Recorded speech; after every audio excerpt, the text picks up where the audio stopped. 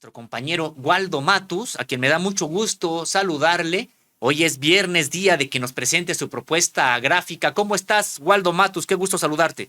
Hola, buenos días, Sosimo. ¿Cómo están por allá?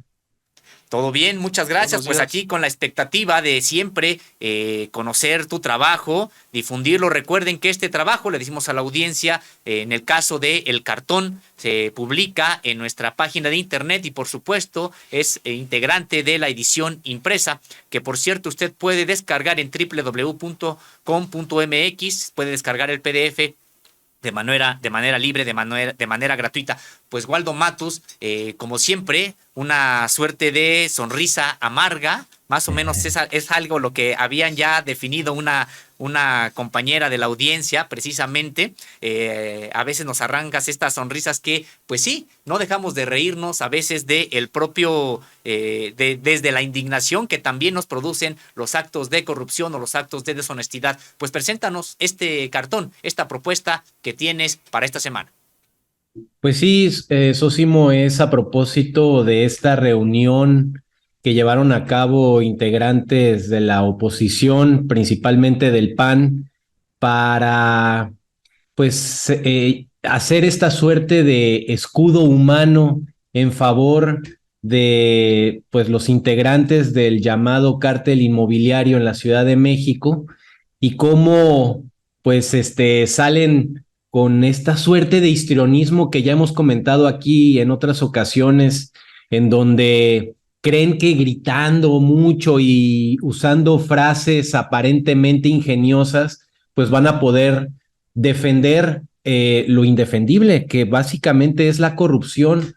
Estamos hablando de un caso en el que, pues, con el uso del poder de las influencias, integrantes del PAN en una delegación específica en la Ciudad de México, otorgaron contratos ilícitos para que se llevaran a cabo construcciones que incluso en algunos casos se vieron afectadas, hubo derrumbes, hubo gente que murió a raíz de que se construyó más allá de lo que estaba autorizado, y esto con la anuencia de los gobiernos en la Benito Juárez. Entonces estamos hablando de casos de corrupción muy graves que han ocasionado incluso muertes, en donde hay millones de pesos involucrados, empresas y demás, pagos que no se realizan. Ya vimos que hace unos días una de las personas integrantes de estas empresas acusaba que no se le pagó completo pues lo que había trabajado, en fin, o sea, es todo un batidillo, es un cochinero, y vemos que se reúnen vemos a Alito Moreno defendiendo a estos personajes como diciendo, es que somos perseguidos políticos. Imagínense a Alito Moreno, ¿no? Rubén Moreira, o sea, lo más rancio de la política, defendiendo básicamente la corrupción. Entonces, en el cartón lo que podemos ver es lo que creo que de algún modo era palpable o era evidente cuando veíamos a todos estos personajes reunidos, y es pues un edificio en forma de rata, y desde ahí pues están gritando que si tocan a uno los tocan a todos. Pero además, y aquí ya nada más hago un apunte rápido, esta estrategia de lavarse las manos, sabiendo que hay evidentemente, claramente hay un cártel inmobiliario, hay corrupción en la oposición, y de pronto tratando de desviar la atención, sacan estos reportajes llenos de inferencias, llenos de vacíos, en los que pues suponen que porque el primo del amigo del no sé qué, que es cercano supuestamente al hijo de López Obrador, a Andy, pues entonces que se trata del cártel de Andy, ¿no? Lavándose las manos de inmediato y después administrando sus reportajes o sus investigaciones, pues muy pobres, la verdad, sacando también este tema de la supuesta nueva casa gris del otro hijo de López Obrador. Entonces lo que demuestran también es cómo administran la información, y es algo que también hemos comentado aquí, con tal de generar golpeteo y de desviar la atención cada vez que se ven afectados. Entonces, pues son estrategias que me parece que es importante que quienes estamos atentos a lo que va sucediendo, señalemos puntualmente, y eso es lo que hago en el cartón. Así es, Waldo, pues se trata precisamente de este cártel inmobiliario, como bien comentas, totalmente indefendible, pero así, con total desparpajo, con total cinismo, pues lo hicieron, se arroparon unos a otros, y me parece que las investigaciones avanzan. Por supuesto que hay muchas evidencias, ojalá que lleguen a buen puerto también estas investigaciones. Sabemos que hay muchos obstáculos en el propio Poder Judicial, tanto el de la Federación como el local, y esto me da pie pues para que también podamos ver esta propuesta gráfica, este video a propósito de una de las investigaciones de Contralínea. Veamos el video y regresamos contigo para comentar. Claro.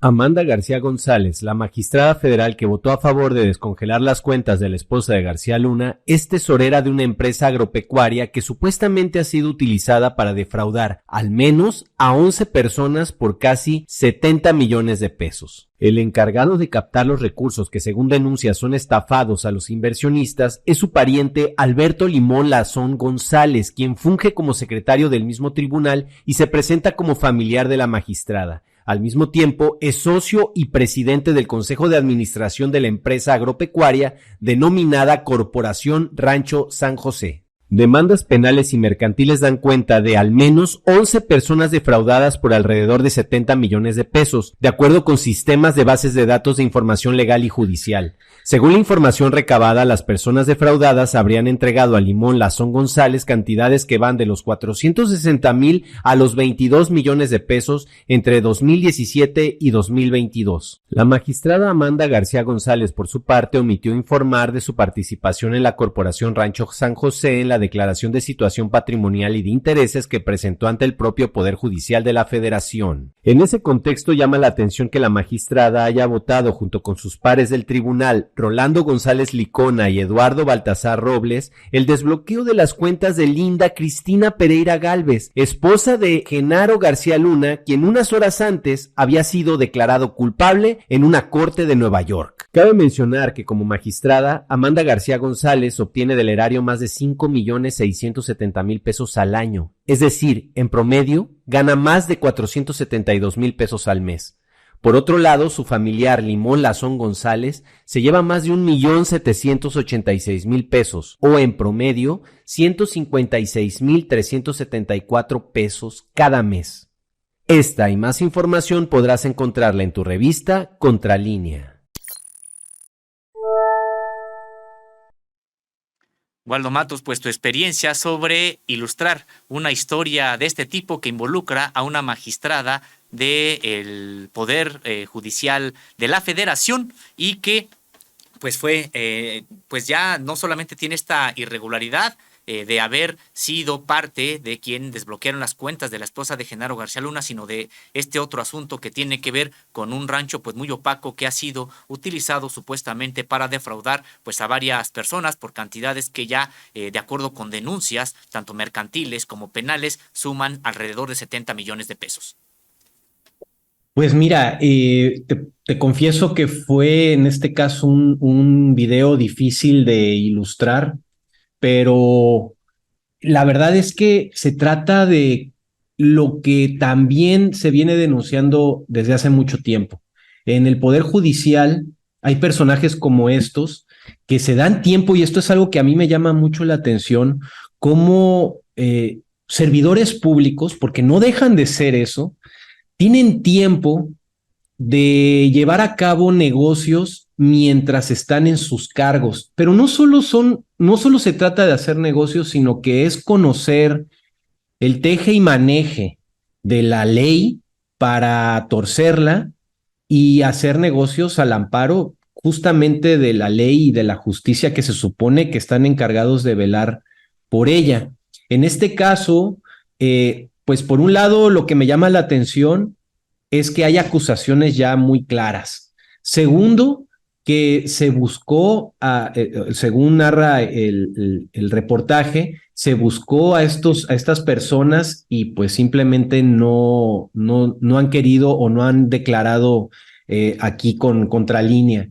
Entonces, pues están estas acusaciones y luego están una suerte de grabaciones que no aparecen en el video que hice, pero en el cual el pariente de esta García magistrada González, la habla magistrada. con uno de los defraudados y les dice pues que no hay lana y que pues se dejen venir, ¿no? Y entonces, de algún modo, también algo que yo traté de plasmar ahí es cómo también amparados en un poder, porque siempre hemos comentado que se habla del poder político, del poder presidencial, pero no se habla del poder judicial, que también ahí hay personajes como estos que llevan a cabo este tipo de negocios que aparentemente podrían ser ilegales, ilícitos, y y pues lo hacen justamente por el poder que van adquiriendo.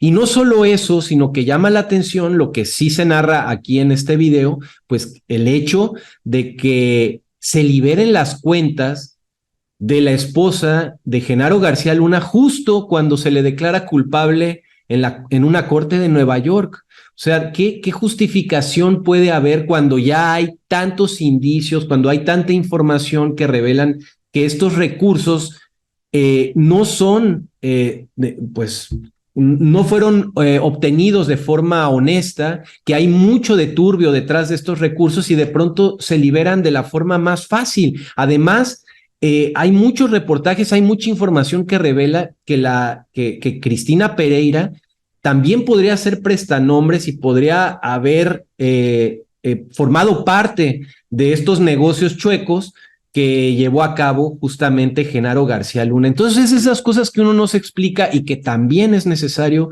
que se esté denunciando y se esté mostrando constantemente en medios como Contralínea.